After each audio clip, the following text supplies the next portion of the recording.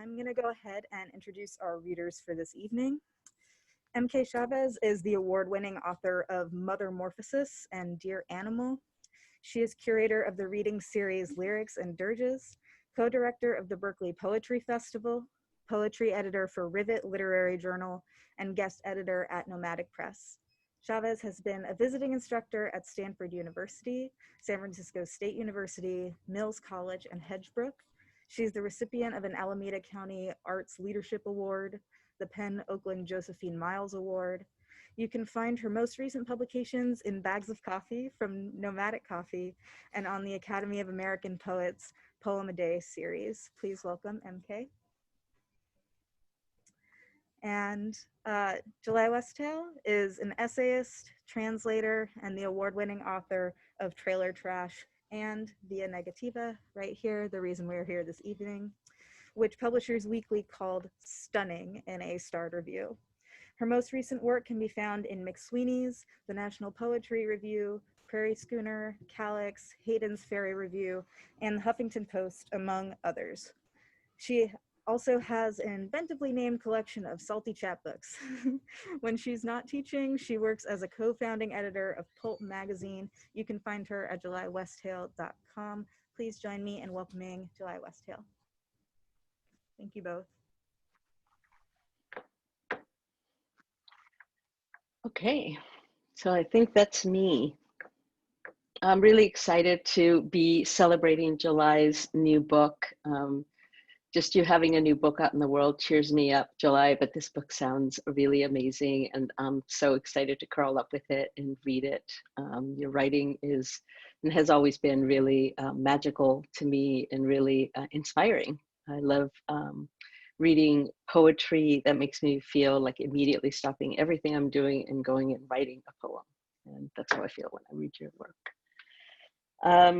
I am going to be reading some new work from a collection that I'm working on right now that is focused on the exploration of other through the lens of horror films.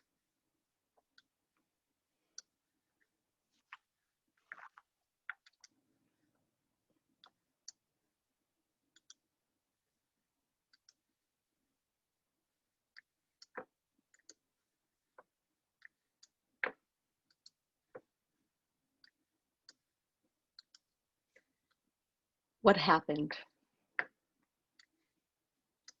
My favorite tree is a vengeful tree. Some people think the attraction of horror films is born of lust for violence. My tree and I know better. My tree was open-eyed when it made the decision to become an actor. It would be wrong for anyone to refuse my silver birch, so patient, from having revenge fantasies. My tree and I met on the path. We met next to an abandoned house. We met several times as witnesses. We met when I was 10. We met in front of the welfare office. We kept each other company while we waited for buses and panhandled. We met the night that I climbed out the window of my room to attend a vigil for Harvey Milk the night he was killed. We met the night I had mescaline by accident. We met at a dinner party where we were both adornments. We met in the Tenderloin across the street from an SRO. I was just getting off work. KT was picking me up from the club. She parked her motorcycle on the sidewalk. I leaned against my tree for balance, and she kissed me. KT was wolf-faced, and I imagined the three of us in a forest. My tree and I are intertwined. We understand each other. Our thing goes beyond the environmental. The sap of my birch is sticky. The reviews of the happening were terrible, but my tree was not disappointed. Mark Wahlberg was a dim co-star. Some critics denounced the film as boring, arboreal homicide. They complained about the lack of continuity and claimed that trees could never control the wind. When my Birch and I deconstruct the criticisms, we note that people who do not believe in the power of trees probably don't know that winds have names and places they call home. In the end, my tree and I are satisfied. It's the most unrealistic revenge stories that are the most enjoyable.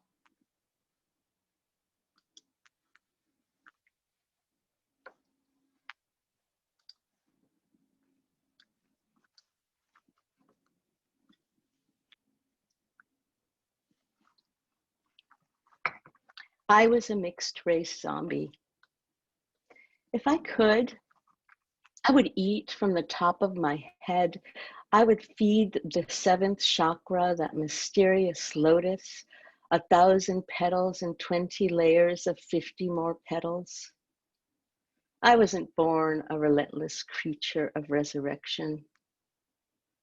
Once I was so invisible that I ate my way into existence. I consumed the bigot cashier from Joanne Fabrics, the man at Whole Foods who wanted to cut me in line. I ate the wolf whistler and his wife. Then I said, I am pure consciousness because my lotus ate your lotus. My lotus eats fear. My lotus lingers at the gateway of history, Loving versus Virginia, liminal skin, 1 drop or more. My brother named me dark magic. My uncle sang brown sugar at me. Children of the emerging paradigm, who will pick you for their team? My lotus has eaten every inquiry into mixed race. My lotus mestiza, my lotus in Spanglish, my lotus in Salvi Noir, my lotus in Afro hyphenate, my lotus eating the binary and then belching. Lotus of mystery ethnic and not enough boxes. Lotus of the multiracial multiverse. The most terrifying part of the movie is never what you think. What if zombies are just misunderstood?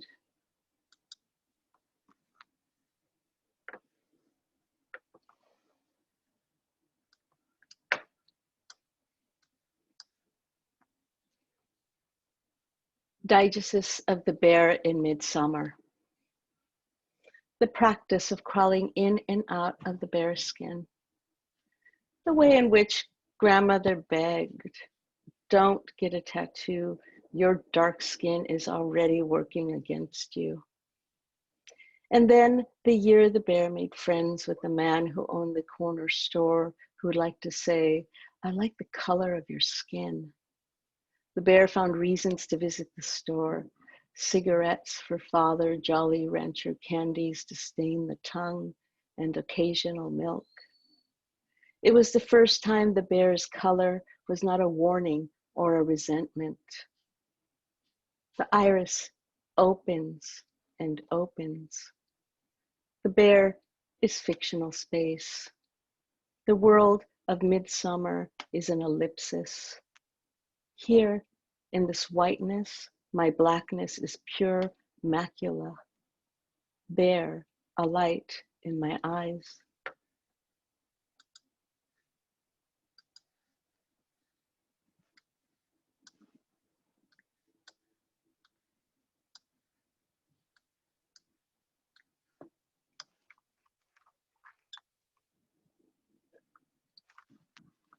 Just in case anyone's wondering, I find horror films really, they're kind of my happiness.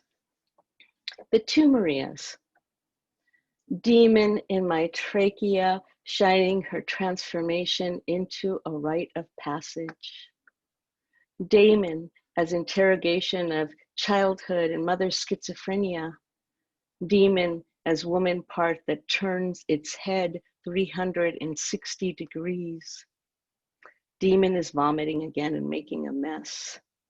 When asked to clean up, scratches help me onto my belly. Damon as little helper. Demon in my hand stealing money from the donation box at church, flipping off the nuns, spray painting on the side of the church. There is no God. Demon stirring the pot of anxieties, theological horrors, castration scissors, and disorder of the nerves. Demon buying pot that boys roll joints for her so that Damon can buy school lunch and pretend to be normal. Demonic possession lighting up my mouth, screaming obscenities at doctors and priests, the cult of domesticity and disarray. Father wept and threw himself out a window just to avoid the conversation. Demon in my urinary tract taking a hot piss on patriarchy and watching the steam rise, the rise of feminine monstrosity. Damon in the canal, that third eye that lives between my legs. Damon says Captain Howdy is waving at the world.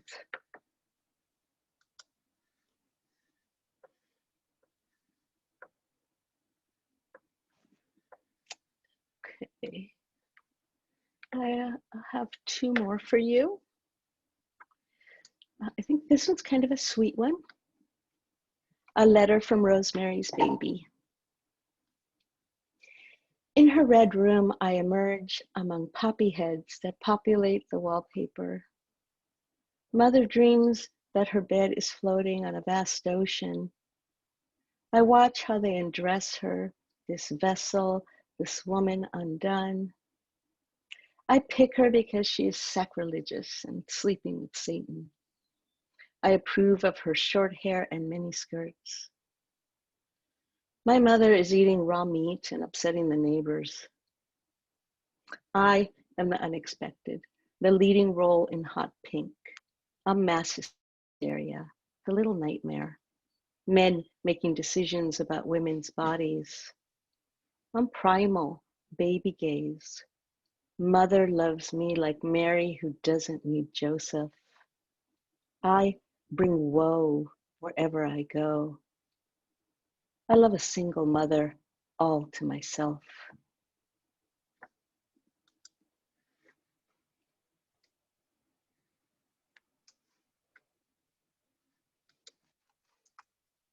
Great mother. In the dream, my mother is a grand sculpture of herself. She's wearing ornate metal and holding knives in her hands. She is Kali, witch, and anima, pure Lilith. She's my snake, my psyche, space and time. Terrible mother fills the main room with the mythology of rage. She's a miracle and a work of art, moon and sun, myth, our language, and inexhaustible meaning. She is my Ouroboros. She stabs at me and I run through hallways opening doors, some version of her behind each one. She is the gate, the numinous, the answer to all of my questions and impulses, ancestral territory and dangerous terrain.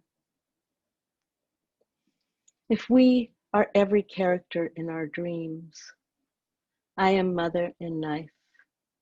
I am door and a gape. Also the armor on her dress, learning to find self, once and future mother.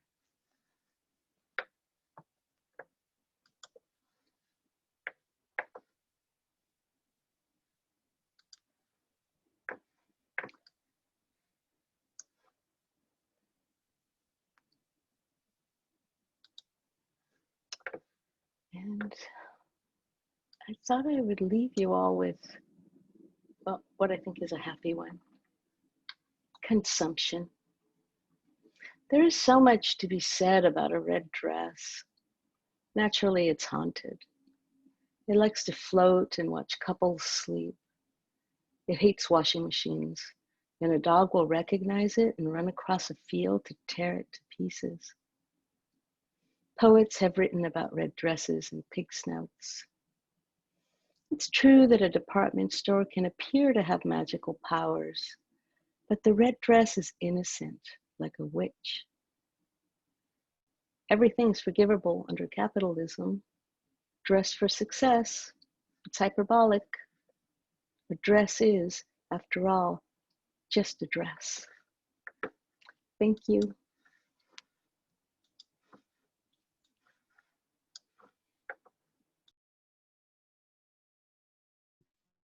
Wow. I'm just so, yeah, I'm just so slain by that reading. I am really grateful to be here and to have this be the last tour stop for Via Negativa, because both Green Apple Books and also MK's work have been around since the beginning of my writing life in the Bay Area almost 10 years ago. So it feels really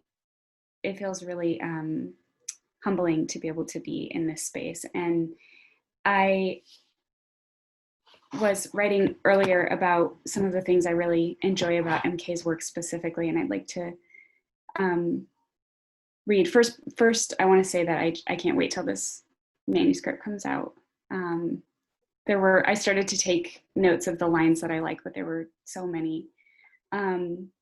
But I just really appreciate how your work engages with the world in this holistic, authentic, thrilling, and very visceral way. And I always want to be witness to this world, even if, or maybe especially when it like brings to focus a stark or a hard reality. So I'm just super grateful that your work exists in the world. On the same note of gratitude, every reading on this tour, I've been reading a poem by a poet whose work I owe a great debt. And today's poem is Garden of Eden by Tracy K. Smith. What a profound longing I feel this very instance for the Garden of Eden on Montague Street, where I seldom shopped, usually only after therapy, elbow sore at the crook from a handbasket filled to capacity. The glossy pastries, pomegranate, persimmon, quince. Once, a bag of black beluga lentils spilt a trail behind me while I labored to find a tea they refused to carry. It was Brooklyn, my 30s. Everyone I knew was living the same desolate luxury, each ashamed of the same things, innocence and privacy. I'd lug home the paper bags, doing bank balance math and counting days. I'd squint into it or close my eyes and let it slam me in the face, the known sun setting on the dawning century. So I'm going to read from Via Negativa, which came out in June. And for those of you who aren't familiar with the term, it means describing something by describing what it is not. And it's often used to talk about God or divinity. But in the application in this book, I use it to talk about ars poetica and also desire, wanting, and identity. So there are a fair number of poems in the book called Via Negativa, a fair number called Ars Poetica, and a fair number called Love Poem. So I'll start with the first one in the book, which is called Via Negativa. Darling, here's an Ars Poetica. Translate this moan. Translate an ellipses-sized space as punctuation. Oh, but you're a good girl, wanting body language, all big, all engorged, all surrendering. Are you close, angel? I can feel divinity like a mummy bag, like something less stupid than a chrysalis, something as genius as breathy quiet. I'm close, closer than all the angels in all the worlds and all the heavens too. I am as close as Uriel, Gabriel, Muriel Rockheiser, as close as the rock is to unrocking itself. I am as close as anything, until I am not a thing. I tramp to the kitchen in my birthday body, open the vault of the refrigerator, and rest my head on the cool rationale of a cantaloupe.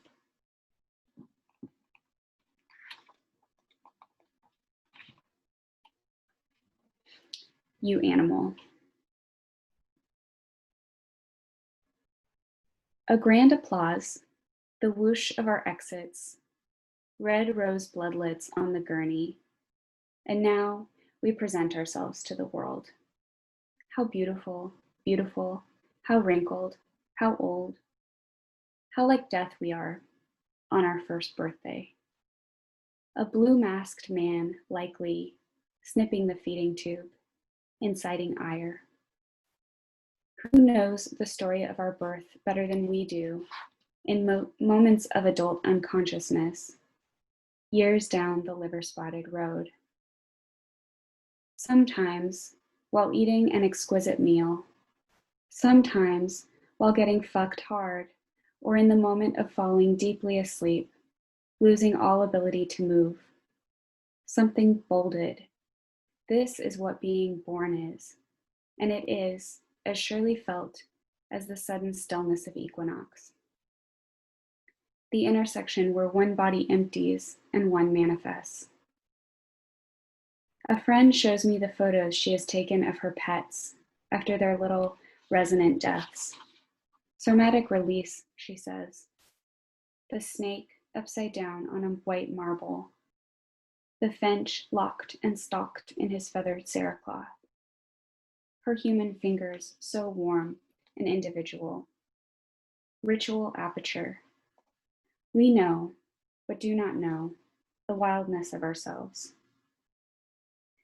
It's easy to remember that we are animals in crisis or classroom, in poems. That milk-tumescent breast can ache when a mewling, starving stranger needs, when we are wanted. Oh dear body, how can I quit you? Where am I inside you, but cocooned in my own womb, my own cord wrapped tightly around my neck?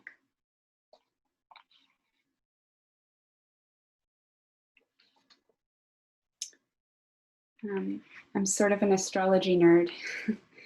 Mercury is retrograde at the moment. It stations direct on election day. So I've decided I'm going to read a poem about Mercury stationing direct, because man, would I like that to be right now. So electrical fire at 3 a.m. as Mercury stations direct. It was too generous for gunshots, too casual for fireworks. Our house sparked once, then once twice, once twice. Fire, in this day and age. Livid until we understood, we rose from bed, put on pants, one leg, then the other.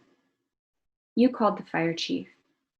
You were the first of us to put on a proper face, transition, private to public, while the heavens and sunspots took stock of us, shrugged, passed us over.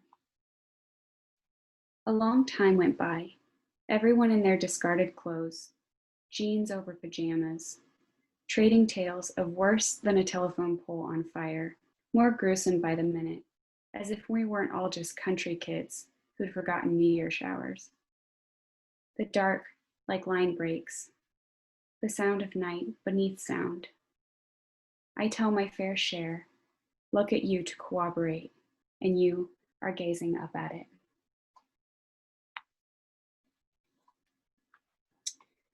This next one's kind of a joyful poem that was written as a text message to a friend who was sad, who I was trying to cheer up. It's called The Laughter Age. It's with thanks to Ann Carson.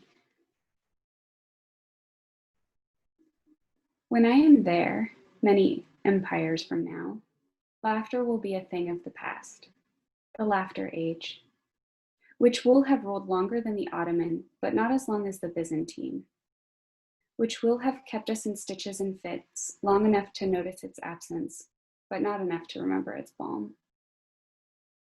You will buy me a euro wrapped in the news, since many things change, but some do not, and we still need print journalism. Joy remains a flea market, though pests have long been bested. We remain fleeing, though shoes are out of fashion, and for that matter, so is fashion. Along with music and soap and human children, inhabitants will hold laughter to the light, like an LP or a rhinestone. Say, how heavy. Say, how did people wear this for so long in their bodies? Say, beautiful, beautiful, oh darling, let's buy it, how cheap.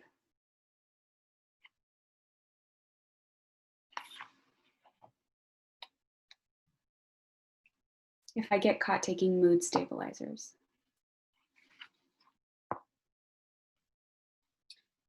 If I get caught taking mood stabilizers, they might think they've won.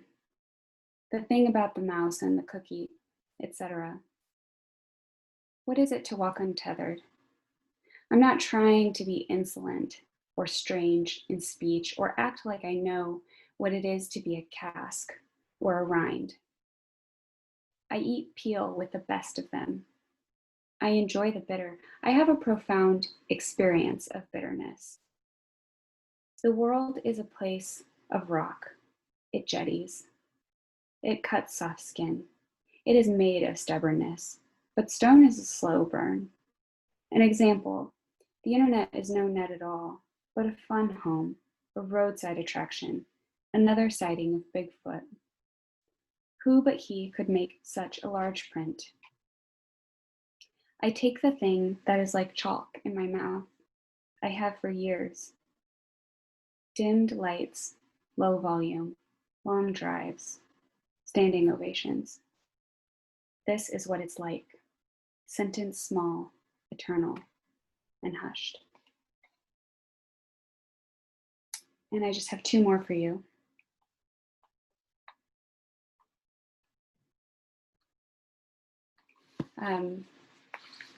This is another Via Negativa poem. It has an epigraph from Jane Kenyon, which is, I knew then that I would have to live and go on living. What a sorrow it was. And still, what sorrow burns, but does not destroy my heart. Seems like a very Jane Kenyon thing to write. Via Negativa. Because ablution is all we have, she is gasping in the water, making eyes at the ceiling, at the asp, grasping his hands. Here it comes, the old psalms, vapors escaping. The good book is the best book ever, and this is how we fail every day. Communion between poet and parishioner, an indistinguishable translation of missteps. The same way glass is man-made, and not the same golden light that crests heaven's gables and cantilevers. My tongue is not the tongue of an angel, as in my dreams. Only my uterus is born again on the settee, tacked with upholstery by the carpenter, the very man who wallpapered the stanza, built the confessional, covered the legs of the indecent pews. Why else would Jesus have such a modest profession? Why else would my body take this opportunity to open her zaftig ruby mouth for carcass after carcass? And I'll end with the last poem in the book, which is Ars Poetica.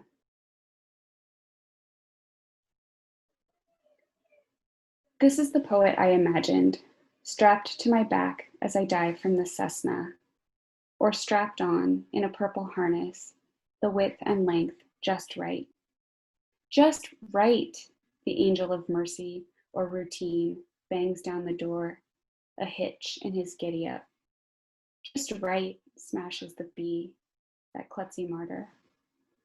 Every week, I lug this poet to the coin-op and play the slots of dirty and clean while listening to the game show sonatinas, where my imagined poet wins what is behind doors 1 and 2, fame and glory, and a stackable washer dryer. The poet ascends marvelously to Devil's Peak and yells, Geronimo!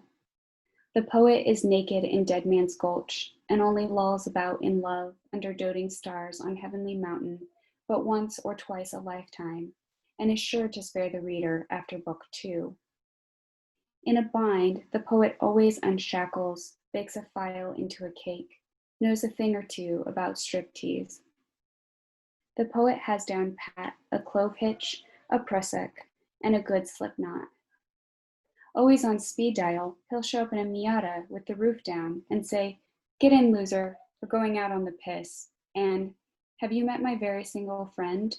with a nudge to the breast of a beautiful stranger. When I grow old, as old I'll grow, the poet will furnish an amuse-bouche of death knells.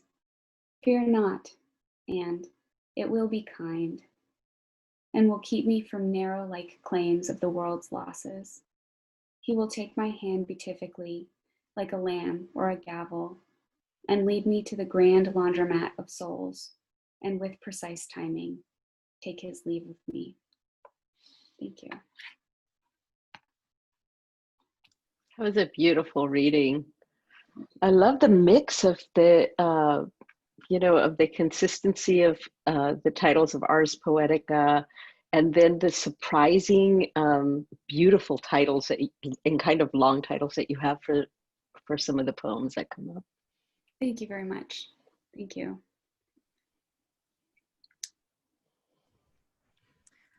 Wow.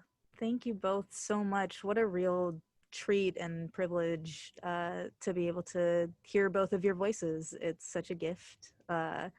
And I have to say, MK, you read so many beautiful, wonderful lines, and I always love your work, but I have to say the one that I wrote down was "Demon taking a hot piss on the patriarchy." That resonated with me today. I appreciate that. And I so enjoyed "When I Grow Old and Old I Grow," July. That was lovely. Thank you both for joining us and sharing your time and your words.